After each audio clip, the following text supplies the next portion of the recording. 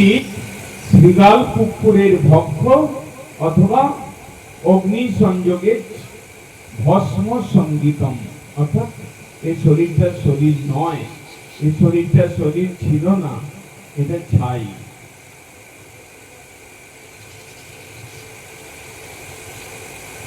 দেব সঙ্গীতম মপি অন্তে কৃমিবীর ভস্ম সঙ্গীতম। এই শরীরটার একটা গতি রয়েছে, এই শরীরটার একটা পরিণতি রয়েছে। এই শরীরটার গতি হচ্ছে জন্ম, স্থিতি, বৃদ্ধি, পরিবর্তন, ক্ষয় এবং লয়। 6টা স্টেজ রয়েছে, 6টা বিকার বলা হয়। এই শরীরটা বিকারশীল, এই শরীরটা পার্মানেন্ট নয়, এই শরীরটা চিদানন্দময় নয়, এই শরীরটা মৃন্ময়।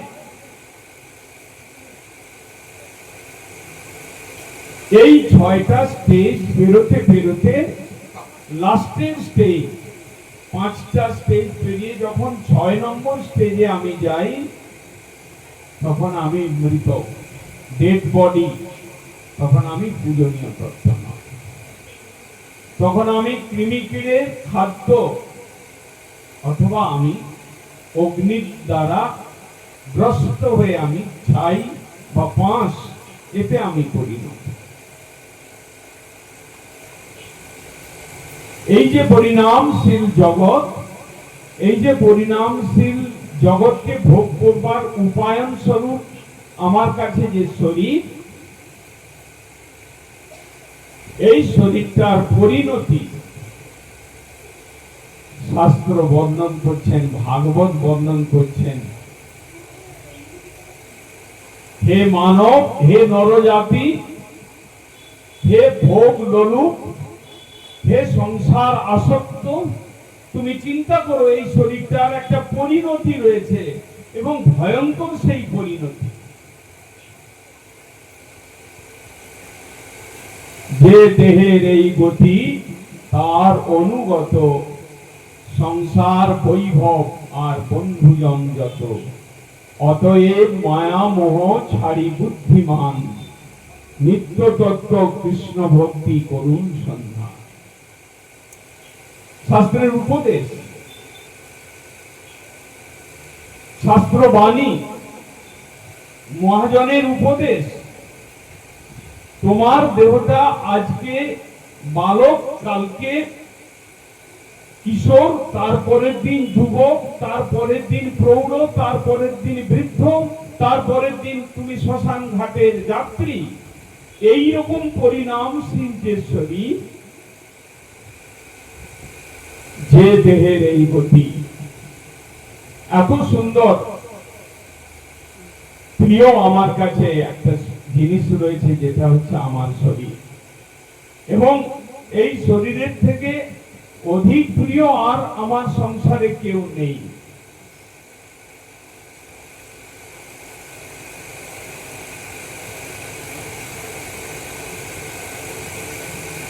ভাগবতে এরকম একটা প্রশ্ন উঠেছে যে আমার কাছে সবচেয়ে প্রিয় কে?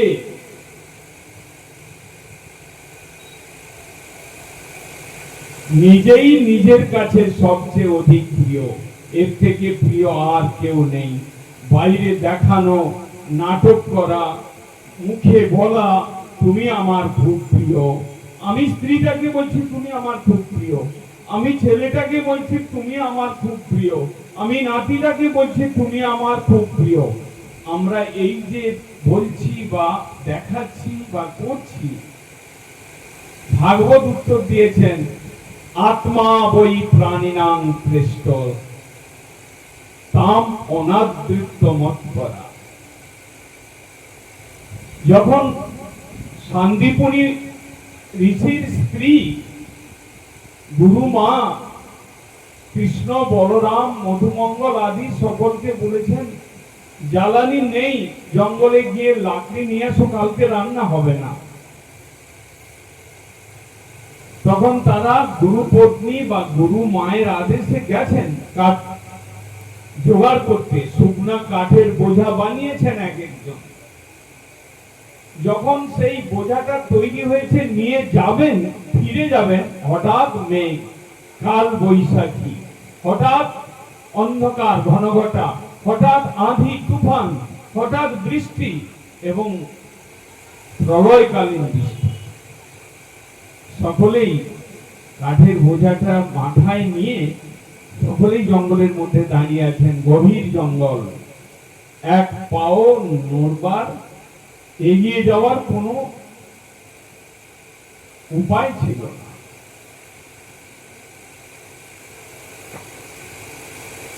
রাত্রি শুরু হলো। গুরুমা চিন্তিত হলেন, ছেলেগুলো তো গেল, এলো না। সান্দিবনী ঋষির কাছে বললেন, আমি তো জ্বালানি নিতে পাঠিয়েছিলাম কৃষ্ণ বলরাম, কিন্তু ওরা তো এলো না, আসবে কি করে? কোনো উপায় ছিল না। কোন রকম রাত্রি শেষ হতে না হতেই সান্দিবনী মুনি তিনি নিজে এগিয়ে গেছেন যে ছেলেগুলো গেল কোথায়। শিষ্যর প্রতি বাৎসল্য বসে জঙ্গলের মধ্যে ডাকতে ডাকতে, কৃষ্ণ বলরাম কোথায় তোমরা? ভাবলেন যে এই ছেলেগুলো কোনো বিপদে পড়লো, কোথায় বা জন্তু জানোয়ারের দ্বারা আক্রান্ত হলো। বহু দূর জঙ্গলের মধ্যে প্রবেশ করতে করতে অনেক দূর থেকে আওয়াজ পেলেন, গুরুদেব আমরা এখানে রয়েছি। কৃষ্ণ বলরাম বলছেন। গুরুদেবের হৃদয়ের মধ্যে প্রাণ এলো। এগিয়ে গিয়ে যখন দেখলেন তারা প্রত্যেকেই কাঠের বোঝা নিয়ে সেই জঙ্গলে দাঁড়িয়ে রয়েছে, জঙ্গলের নিচে তখনও জল রয়েছে, এখনো জল মাটিতে শোষিত হয় নাই। তখন গুরুদেব বললেন, কৃষ্ণ বলরাম, সুদাম সুদাম মধুমঙ্গল, আত্মা বৈ প্রাণিনাম শ্রেষ্ঠতম অনাদৃত মৎপরা। প্রাণীর কাছে নিজের শরীরটা সর্বাধিক প্রিয়। সেই শরীরটা আমার জন্য, গুরু সেবার জন্য সেই শরীরটাকে অনাদর করেছ, কষ্ট সহ্য করেছ তোমরা সারা রাত্রি। তম অনাদৃত মৎপরা, গুরু সেবা পরায়ণ হয়ে তোমরা সারাটা রাত এই শরীরটাকে অনাদর করলে, এই কষ্ট ভোগ করলে। আমি তোমাদের সেবায় সন্তুষ্ট হয়েছি।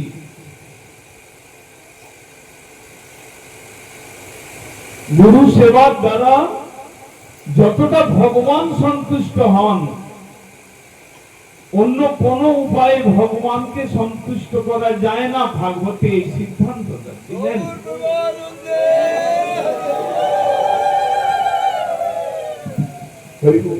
এই কথাটি, এই গল্পটি, এই কাহিনীটি সুদামা বিপ্র যখন দ্বারকায় কৃষ্ণের কাছে, দরিদ্র সুদামা যখন কিছু ধনের জন্য গিয়েছিলেন, কৃষ্ণ গল্পের ছলে রাত্রি বেলায় এই গল্পটা তাদের সেই সুদামাকে শুনিয়েছিলেন। তুমি কিরকম ভাগ্যবান, তুমি গুরু সেবার দ্বারা ঈশ্বরকে সন্তুষ্ট করেছিলে, গুরুদেবকে সন্তুষ্ট করেছিলে। আমরা সকলেই ছিলাম। আমাদের সেই দিনের কথা, এর থেকে আর আনন্দের কথা কি ছিল? জীবনে এইরকম আনন্দ সেই দিন যা পেয়েছিলাম। গুরুদেব যখন আমাদেরকে আশীর্বাদ করলেন, তোমাদের সর্বার্থ লাভ হোক, শ্রেষ্ঠার্থ সর্বার্থ লাভ।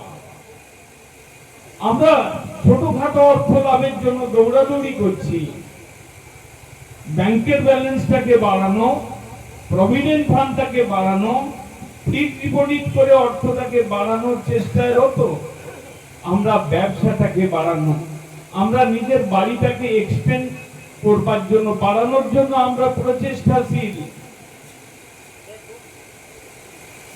কিন্তু এই সকল অর্থ অনর্থের মূল। এই সকল অর্থের দ্বারা নিত্য নব নব ভাবে আমাদের মধ্যে অনর্থ আসে, আমাদের হৃদয়ের মধ্যে ভোগ বৃত্তিকে বাড়ায়, আমাদেরকে গুরু বৈষ্ণব বা হরি সেবা থেকে অনেকটা দূরে নিয়ে যায়।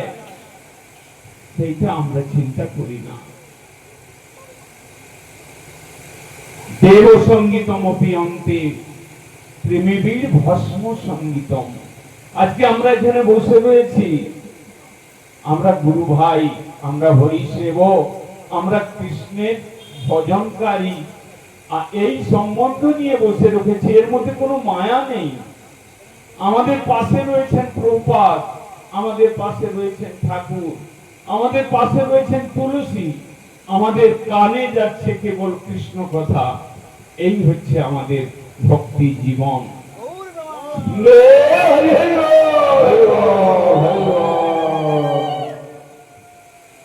দেব সঙ্গীতমপি অন্তে কৃমিবীর ভস্ম সঙ্গীতম। এটা চোখে আঙুল দিয়ে দেখিয়ে দিচ্ছেন তত্ত্ব তো আমরা কোথায় রয়েছি। আমরা একটা শরীর রূপ তত্ত্ব পেয়েছি, আমরা শরীর তত্ত্বের ভেতরে আরেকটা তত্ত্ব পেয়েছি, আত্মা। আমি জীবাত্মা, আমি আত্মতত্ত্ব। আমি আরেকজন তত্ত্বকে পেয়েছি, পরমাত্ম তত্ত্ব। আমার ভেতরে অন্তর্যামী রূপে বসে রয়েছেন। এত সব তত্ত্ব নিয়ে বসে থাকার পরেও আমি আজ দুঃখী। এত সব তত্ত্ব নিয়ে বসে থাকার পরেও আমি তিলক মালা নিয়ে গৌড়ীয় মঠের আশ্রিত হয়ে আমি সংসারে মেতে রয়েছি। আমার সংসার আসক্তি কমছে না, একটুও নড়ছে না। সেটা আমাদের দুর্ভাগ্য। ভক্তিবিনোদ ঠাকুর বলছেন, ধন জন গৃহদ্বার তোমার বলিয়া রক্ষা করি আমি মাত্র সেবক হইয়া। আমার কাছে ধন রয়েছে, আমাদের প্রত্যেকের কাছে ধন রয়েছে।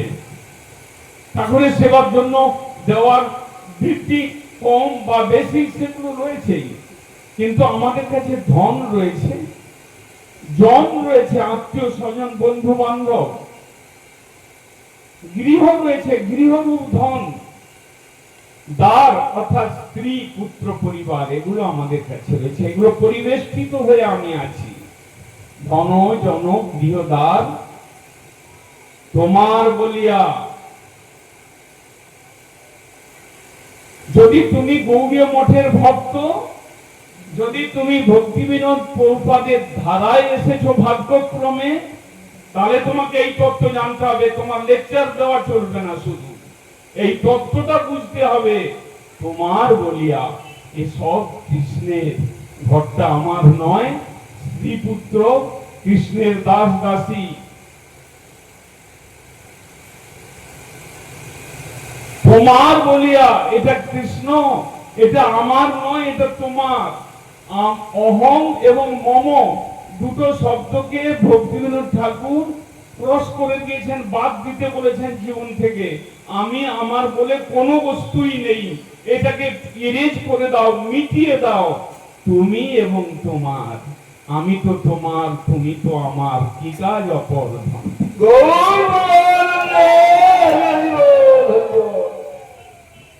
এই যে একটা বিরাট সিদ্ধান্ত জৈব ধর্মেতে ভক্তিবিনোদ ঠাকুর বলছেন, আমি আমার নিয়ে যে কারবারটা তার নাম সংসার।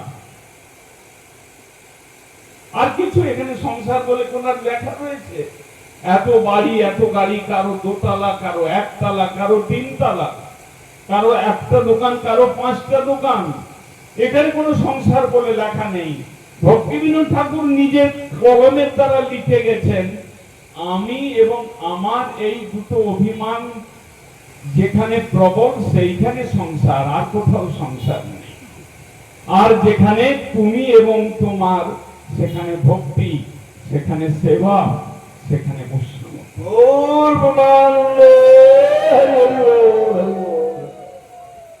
এত সব সিদ্ধান্ত কথা যদি ভাগবত, গীতা, পুরাণ, চৈতন্য চরিতামৃত এবং ভক্তিবিনোদ ঠাকুর আদি মহাজনের ভাষায় যদি এই সব কথা থাকে, তাহলে আমরা গৌড়ীয় হয়ে কেন ঠকে যাব? আমরা লাভবান হব, আমরা পরমার্থ ধন লাভ করে বেরিয়ে যাব। আমাদের একটু যদি অহংকার পরিবর্তিত না হয়, জড় অহংকার, তিনটা অহংকারের কথা শাস্ত্রকারগণ উল্লেখ করেছেন। একটা ভোক্তা অহং, এই বাড়ির মালিক আমি, এই দোকানের মালিক আমি, এই ছেলেটার বাবা আমি, এই ছেলেটার দাদু আমি, এই যে আমি আমার। ভোক্তা অহম, আমি কর্তা অহম, মালিক অহম, এই একটা অহম। দ্বিতীয় অহম সো অহম। ভগবান ব্রহ্মরূপে নিরাকার রূপে রয়েছেন। যারা তত্ত্ব জ্ঞানহীন, অন্ধকার থেকে, অজ্ঞানতা থেকে একটু উঠে জ্ঞান সাধনা করে জানতে পেরেছেন যে সমস্তই ব্রহ্মময়, সো অহম, আমি সেই ব্রহ্ম বস্তু। আরেক হচ্ছে দাসু অহম। প্রভুপাদ বলছেন তুমি কৃষ্ণ দাস।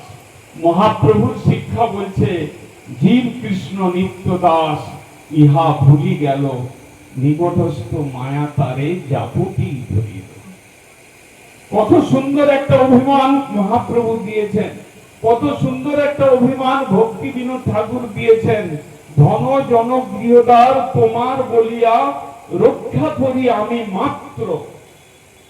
একটা ধনজন গৃহদারকে আমার না বলে কৃষ্ণের, গুরুদেবের এই বলাটা মৌখিক ভাবে হতে পারে, ভেতর থেকে আন্তরিক ভাবে অনুভব করা কঠিন। দ্বিতীয়ত, রক্ষা করি আমি মাত্র, অনলি। আমার এখানে আর কোনো ফাংশন নেই। আমি এই দোতলা করি বা রিনোভেট করি, আমি তিনতলা করি, বা আমি দুটো ঘর থেকে 5টা ঘর করি, মাত্র রক্ষক। আমি এটাকে পাহারাদার, আমি এটাকে ধন জন গৃহদার তোমার বলিয়া, আমি কৃষ্ণের বলে, কৃষ্ণের বাড়ি, কৃষ্ণের স্ত্রী।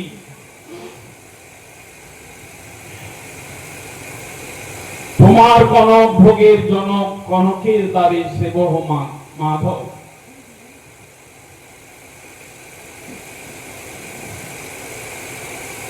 আমি স্ত্রীর ভোক্তা।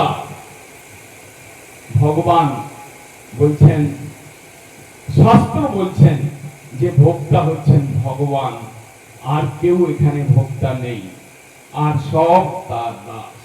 কেহ মানে, কেহ না মানে। আমার এই বোধ, এত সুন্দর একটা সিদ্ধান্ত, যদি আমি গৌড়ীয় মঠের অনুগত হয়ে গুরু বৈষ্ণবদের সঙ্গ করতে করতে এই বোধের অল্প 5%, 10%, 20% অনুভব না করতে পারি যে আমি কে, আমি হরিদাস, আমি এই বাড়িটার কে, আমি পাহারাদার, আমি চৌকিদার, এই অনুভব 100% যদি না আসে, যদি 20%, 10% আসে, তাহলে আমার গুরু ধারণ করা সার্থক। তাহলে আমার গুরুদেব সত্য, প্রভুপাদ সত্য, ভক্তি বিনোদ ঠাকুর সত্য, আমার ঔরমি মহারাজ সত্য, আমার পরিব্রাজক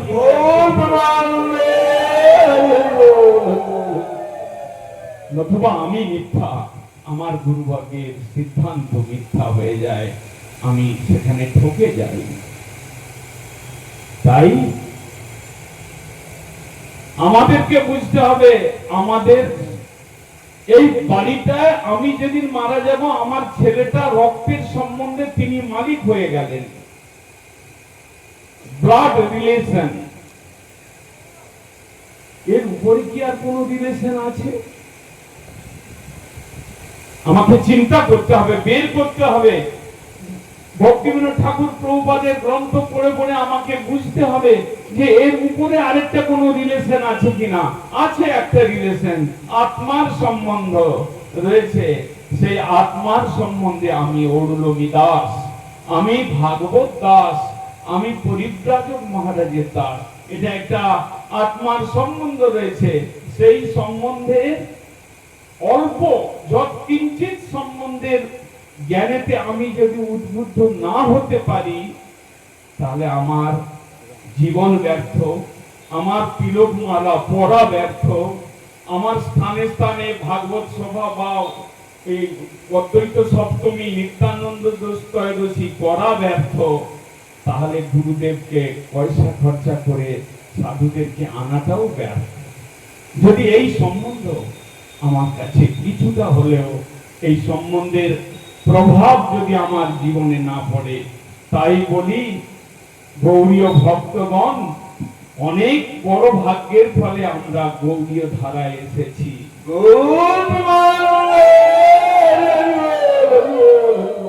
যেখানে সর্বশ্রেষ্ঠ উপাস্য তত্ত্ব রাধা গোবিন্দের উপাসনা, গৌর রাধা গোপীনাথের উপাসনা, রাধা মদন মোহনের উপাসনার শ্রেষ্ঠ উপাসনা আমরা পেয়েছি। আমরা পেয়েছি শুদ্ধ ভক্তি যোগ, শ্রেষ্ঠ যোগ পেয়েছি। আমরা পেয়েছি ভক্তিবিনোদ প্রভুপাদের ধারা, যেটা নাকি কলিযুগের জীবের জন্য কালোপযোগী, যুগোপযোগী, অধিকার উপযোগী। আমাদের অধিকার নেই রাগমার্গে ভজন করবার। আমাদের বৃন্দাবনে গিয়ে বাস করে সেই বৃন্দাবনের চিন্ময় ধুলিতে নিজেদের ইন্দ্রিয় তর্পণ করে অপরাধ পোড়াবার ছাড়া আমাদের আর সেই অধিকার নেই যে আমরা এই চিন্ময় ধাম, কৃষ্ণের ধাম, সেই ধামে কৃষ্ণ উপাসনায় ডুবে থেকে 24 ঘন্টার মধ্যে 24 ঘন্টা লাগিয়ে থেকে কৃষ্ণের সুখ দেব, সেই অধিকারটা আমাদের নেই।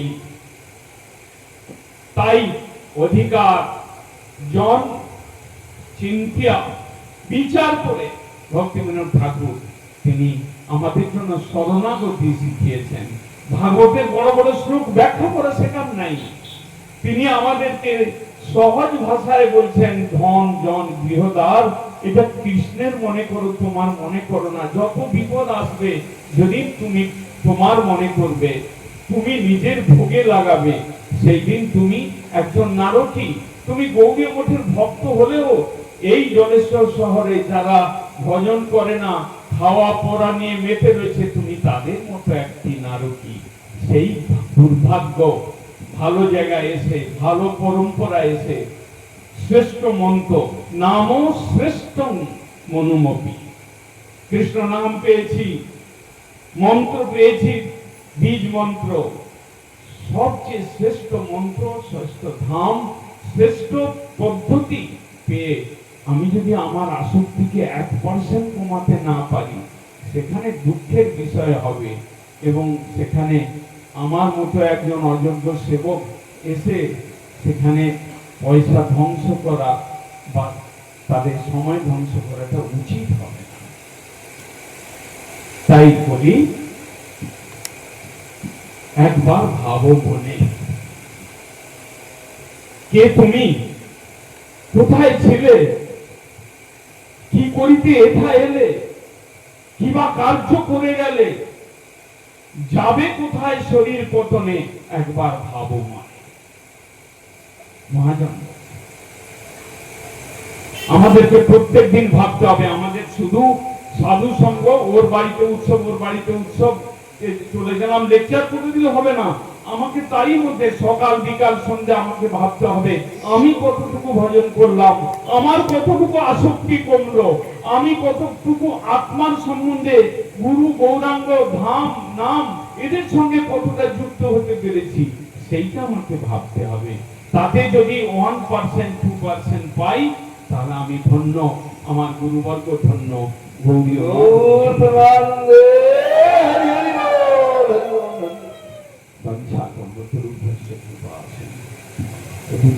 পাবো যে বহু কৃষ্ণ।